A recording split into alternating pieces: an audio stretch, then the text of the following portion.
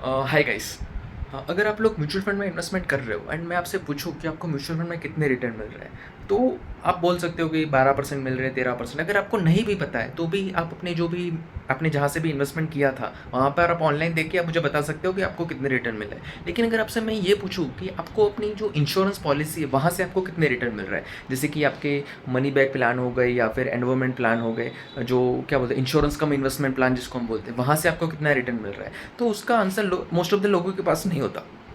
और उनमें उनकी भी कोई गलती नहीं है, बिकॉज ये जो सारे प्लान होते हैं ना वो बहुत ही ज़्यादा कॉम्प्लिकेटेड होते हैं। और ये जो एनुअलाइज रिटर्न जिसको हम बोलते हैं ना वो कहीं पर मेंशन भी नहीं होते। सो मे बी आपको वैल्यू शायद से पता होगी, यानी कि हर साल आपको कितना प्रीमियम पे करना है और लाइक 10 साल तक आपको प्रीमियम पे करना है, उसके बाद आपको कुछ अमाउंट मिलेगा। लेकिन एनुअलाइज रिटर्न जिस तरीके से म्यूचुअल फंड में बता पा रहे थे कि भाई मुझे 12% या 13% के रिटर्न मिल रहे हैं, उस तरीके से इंश्योरेंस पॉलिसी के अंदर आप नहीं बता सकते, क्योंकि हम देखें ना तो ये रिटर्न कहीं पर मेंशन भी नहीं होते। और ये जो सारे प्लान होते हैं ना वो बहुत ही ज़्यादा कॉम्प्लिकेटेड होते हैं, और कॉम्प्लिकेटेड होते हैं और बहुत ही अच्छे से डिज़ाइन किए होते हैं। और ऐसा उनको क्यों करना पड़ता है, बिकॉज इसके अंदर ट्रांसपेरेंसी नहीं है। जिस तरीके से म्यूचुअल फंड जितना ट्रांसपेरेंट है उतना ही इंश्योरेंस की जो पॉलिसी होती है वो ट्रांसपेरेंसी नहीं होती, क्योंकि ये जो सारी पॉलिसी है ना उसके अंदर बहुत ही ज़्यादा हाई कमीशन होता है, जैसे कि 40% 60% in the first year of premium. जैसे कि अगर आप पहले से ही अगर आप इतना ज़्यादा अगर आप कमीशन कहीं पर दे दोगे तो अल्टीमेटली जो क्लाइंट को जो रिटर्न मिल रहे हैं ना वो बहुत ही कम होता है। तो अगर आप इस पॉलिसी का अगर आप एनुअलाइज रिटर्न निकालोगे ना तो सबसे पहले तो आप डायरेक्टली निकाल नहीं सकते। अगर आपको रिटर्न्स निकालने हैं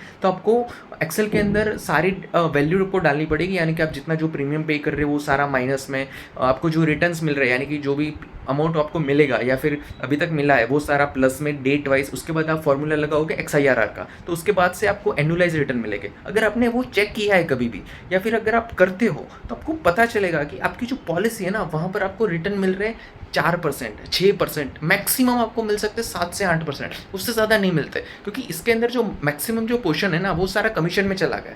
और यहाँ पर इशू सिर्फ रिटर्न का नहीं है ना, दूसरा यहाँ पर सबसे बड़ा इशू लिक्विडिटी का। जैसे म्यूचुअल फंड में अगर आपने इन्वेस्टमेंट किया था तो जैसे कि 2 साल के बाद अगर आपको पैसे विड्रॉ करना है, normally mutual fund long term के लिए करते हैं, बट अगर आपको विड्रॉ करना है तो आप इजीली कर सकते हो।